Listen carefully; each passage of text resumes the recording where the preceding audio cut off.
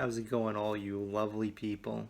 If you guys are new to flipping or reselling, or maybe you're just looking to get into it, I'm going to give you 5 tips that I personally use and that I think will be really helpful to get your business off the ground and becoming successful. Fish in a barrel. Tip number 1, start with what you know. What I mean by that is whatever you enjoy doing, whatever you find you're passionate about, things that you are knowledgeable about, start with that. So for me personally, I liked toys and video games and just stuff like that, Pokemon. So I started with the toy section. I'd look through toys. I already have a base knowledge of kind of what things are popular, and I found success doing that. And I think that if you start with what you know, you'll also find success. My wife, for example, she worked at a running store. So when we went to the thrift store, she's instantly able to pick out models of shoes that she said were popular in the store. And we've had a lot of success with that. So if you start with what you know, you'll already have a base knowledge and you don't really need to do as much research. You're already ahead of the game and you'll find success finding things that you already know are worth something.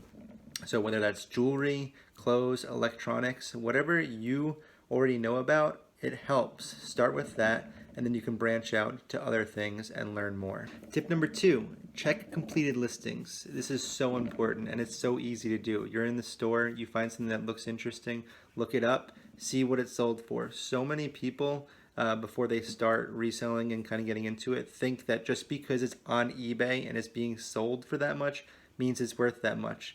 Just because someone's selling something for $100 doesn't mean someone's buying it for $100. Make sure you go into the filter, check the sold listings, and see what people are actually buying it for. This will help you find the price point of what that item's actually worth and lets you know if it's worth buying. Tip number 3, and this one I think is probably the most helpful one, especially for people who are new, is to follow pop culture. So what I mean by that is whatever is popular in society or what was popular in the past is usually something that's worth looking into. So even if you have no knowledge of the market of most things, as long as you know what's popular in today's world, you'll have success. So Pokemon is a really good example of that. So my wife, who doesn't necessarily have an eye for what's valuable in thrift stores, she was in the store and she passed the plush section and she saw a bunch of Pokemon. So she picked them up. It was 17 different Pokemon plushes. They're $1 each, and we've made over $100 on that purchase, and we haven't even sold everything. I'll put some sold listings up. But that's just one good thing to think about. When you're going into a store, maybe you know nothing about a lot of things to look out for. Just look for what's popular. So for some examples, might be Pokemon, Paw Patrol, Teenage Mutant Ninja Turtles, sports teams. If you're looking at clothes, Nike, LL Bean, you get the point. Whatever is popular in culture is usually a good thing to look into.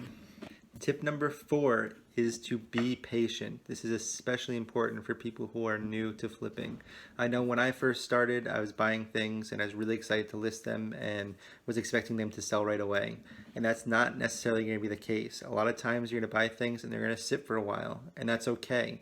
You have to be patient and be willing to wait for things to sell. I know I waited like a week and I was like, why are these things not selling? And I started dropping prices, and you don't need to do that. As long as you're patient and the things that you're buying are worth buying and there's people buying them, they will sell.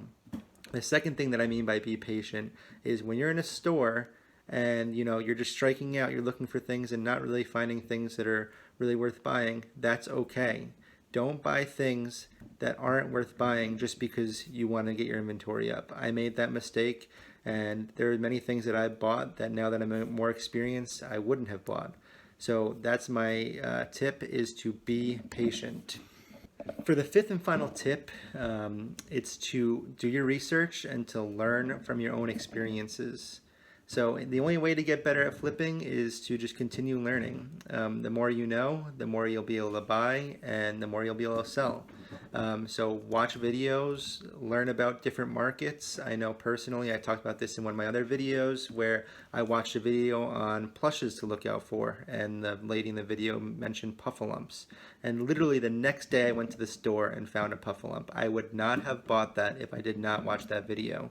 So just continue learning as much as you can and learn from your own experiences. You're going to recognize trends and things that work for you.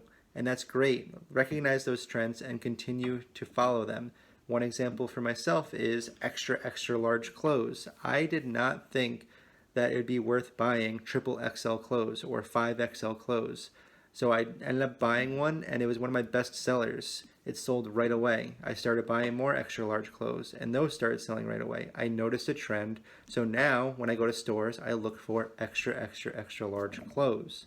These are things that you need to be doing. If you're learning, you will continue to get better, and you'll continue to get better sales.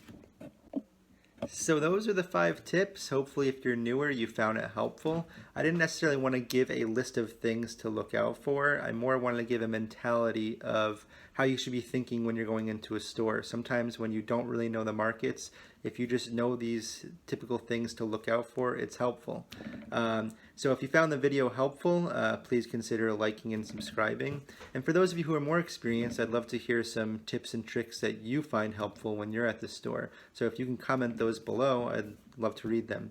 Well, thank you for watching, and I will catch you guys on the flippity flop.